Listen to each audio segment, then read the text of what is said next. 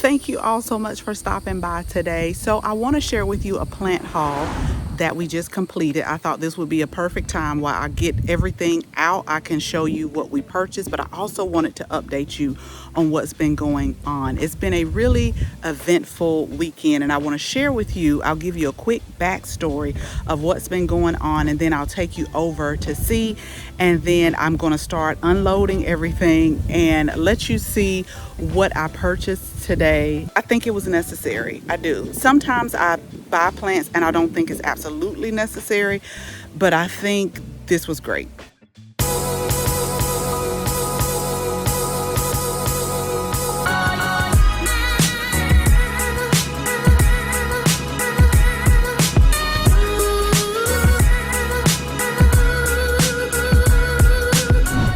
So really quick, what happened a couple of months ago is I was noticing a few bees on our oak tree, and I thought this is amazing, y'all, because when I plant my summer garden, the bees don't have far to travel. They can pollinate all of our cucumbers and tomatoes and our peppers, all kind of things.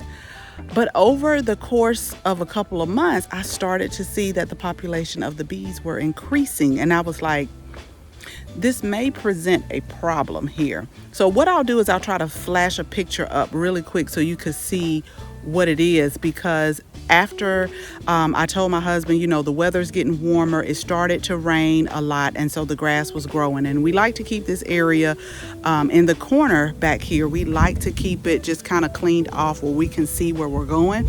And so he went back there one day with that weed eater, and I guess it agitated those bees. So I was like, come out right now.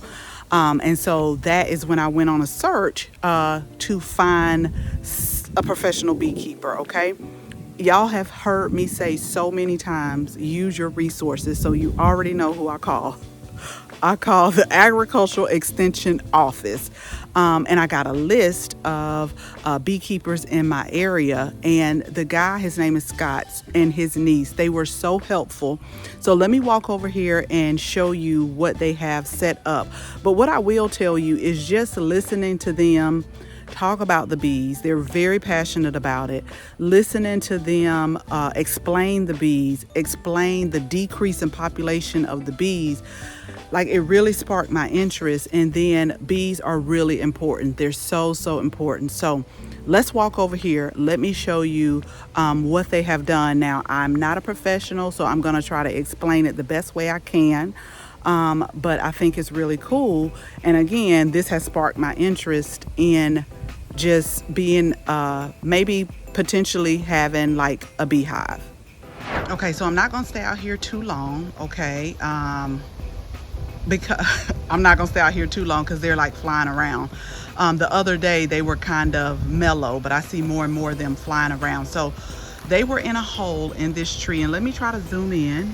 Okay, so they were in a hole in this tree, and so sometimes I can be dramatic, but I was so thankful that Scott kind of confirmed that I probably was right, because I was like, I think there are thousands of bees in here. And so he was explaining about the numbers and things like that. Yeah, let me hurry up. So what he's done now is he has made it to where they fly out, but then they can't get back in with that tape. And so they may go into the hive, but they may not. They may find somewhere else. But I learned about all different types of bees, and I'm telling you, he had me watch a documentary. Come on, think of it. Oh my gosh, he had me watch a documentary. I'll have to flash it up on the screen. That was, I think it's called The Pollinators, yeah. That was really interesting to me. I was sad in some parts of the movies because they really play a very important part to nature, and because of the bees, they're the reasons why we can eat. So that's another reason why it sparked my interest. But if you can see, like, I think I'm starting to see some of the bees go in, but that's what they wanted to happen, is for them to get out and then potentially come in there. So let me move back because there are a lot flying. And so I'm gonna move back, y'all, okay? But I just wanted to show you what was going on, and I just really think it's cool.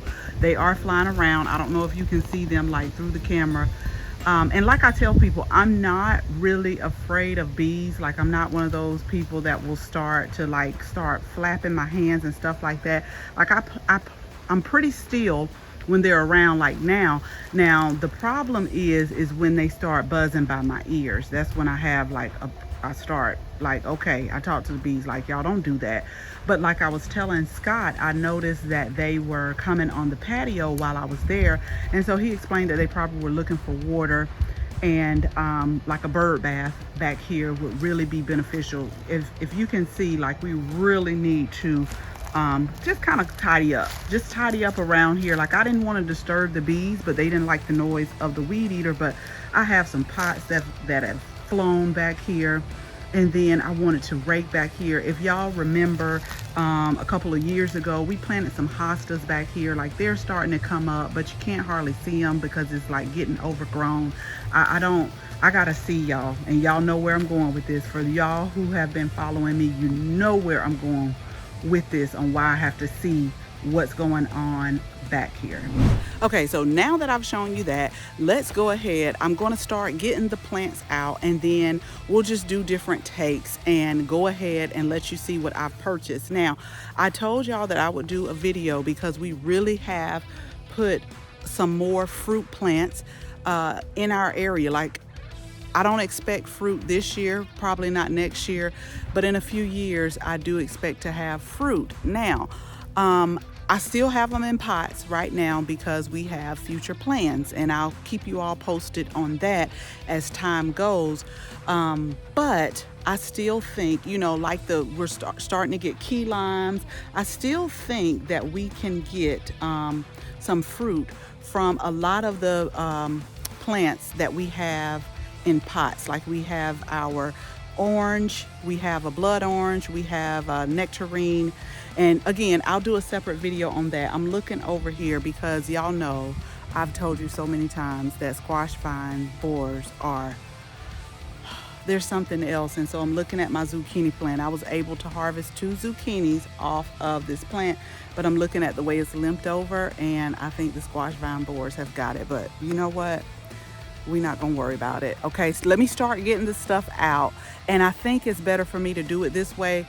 So the things that I know where they'll go, I can go ahead and put them up after I explain to you what we have, and just kind of put them in its place. I won't do anything with it today because I got so many things that I need to pot up, that I need to move in its permanent place. Sometimes I ask myself, why do you keep bringing home plants? I don't. They jump in the car, y'all, okay? They jump in the car and they want a home, and they want somebody who's gonna care and talk and nurture them, okay? So that's why I bring home the plants. That's why. So I'm gonna go over the plants one by one. Just wanted to show you what I am working with here. I've had a full eventful day, and we also have more things that are in the tailgate of the truck in the back, but I'll go over everything one by one because I had a really good conversation. I went to a new nursery today, which is where I got the bulk of these plants at, and it was just an amazing conversation with the owner. Okay, so these are 2 Camellia sinensis plant, which is where we get our tea from. And I already have 3 that are growing. If you just seen where I was over by the beehive, you seen those 3 plants. Those are also tea plants, and they have been growing for some time now. Now, I felt really good when she told me that sometimes they could be kind of slow growers, because I was thinking, what am I doing wrong? But I did learn some pointers that I am going to do once I put the other 2 there. And one is they like acidic soil, which kind of reminds me of like the soil that the blueberries like. And then she said to mulch it with like pine straw mulch, and then all about fertilizing. But what she had, and I definitely had to pick up, was she has a book, The Tea Gardener, and this is the owner, Debbie Odom. She is Black Creek Nursery. It's in Elabelle, Georgia, but it's a wealth of information. She's a wealth of information. The tea garden that she took me on to look at the different types of teas. Like, she have different, I think she said she had a Russian tea, another type of tea, and then tea with the genetics that date back to like the 1700s. And she was telling me all about, you know, how to pick tea, when to pick tea. And so it was very, very informational. So much that not only am I excited to read the book, but let me show you. She also offered some commonly asked questions, like a sheet to that. But then let me show you some of the tea that I also picked up that I'm excited to try, because I love tea, whether it's sweet tea, unsweetened tea. Normally I get half sweet, half unsweet, but y'all know I grow herbs because I love herbal tea. And so that really sparked my interest with, okay, how about I take some of the herbal tea sometimes and mix like the tea plant with it. Now, based on how you pick it, it does take quite a few plants to produce some tea enough for you to enjoy.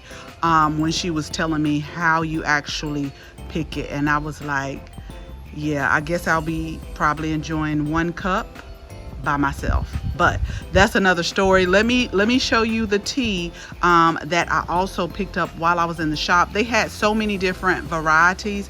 I had to get out of there because I felt myself, I kept picking up stuff, y'all. I just kept doing it because I wanted to try it. It was a new place. I was excited. I loved it. I told her I was coming back. They had so many plants, and I'm going to show you some of the other ones that I got, but it was really, really informational. So next we have 2 pomegranate plants here, and I wanted to try this again because years ago I grew pomegranate, and I grew it for a few years. We even got a few off of it, and then like one day it just like checked out.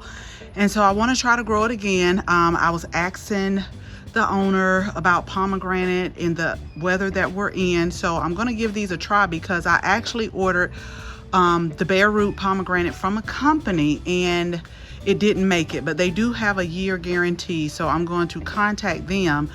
It was 2 of our fruit plants that didn't make it, but I'll contact them. But for now, we got 2 pomegranate trees that we're going to pot up and see if we can get some fruit from them. So next we have the Veronica Speedwell. These are such a beautiful plant if you really want a pop of color in your garden. Y'all know purple is my favorite flower color. And so I got 2 of those, and so we're gonna plant these in the garden. For us, these are perennials, so I can't wait to see them just like get bigger. And I think they get from like maybe 1 to 3 feet in height, maybe. But these are really going to be beautiful. The pollinators are going to love them. So we got 2 of these that we're going to put. I don't know if I want to put these like in the front or the back, but I'll figure it out just by looking at everything that's in the garden.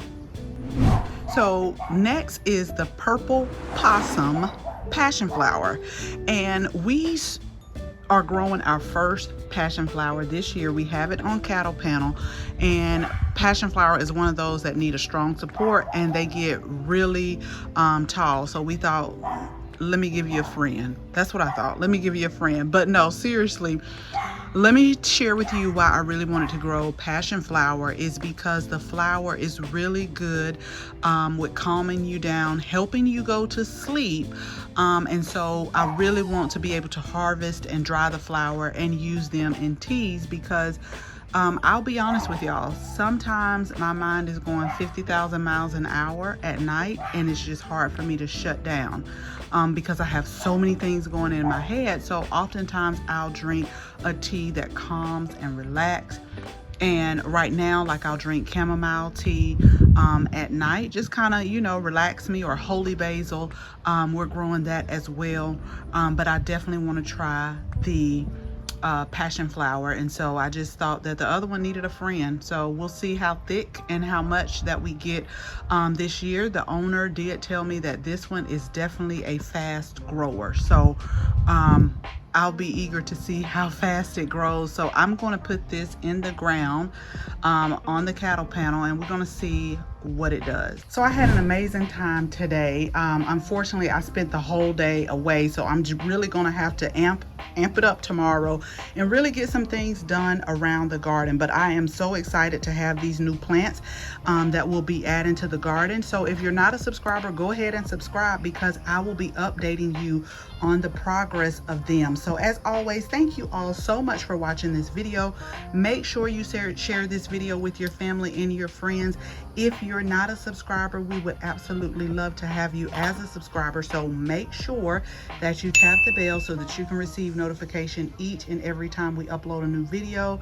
Again, thank you all so much for watching, and until the next video, bye bye.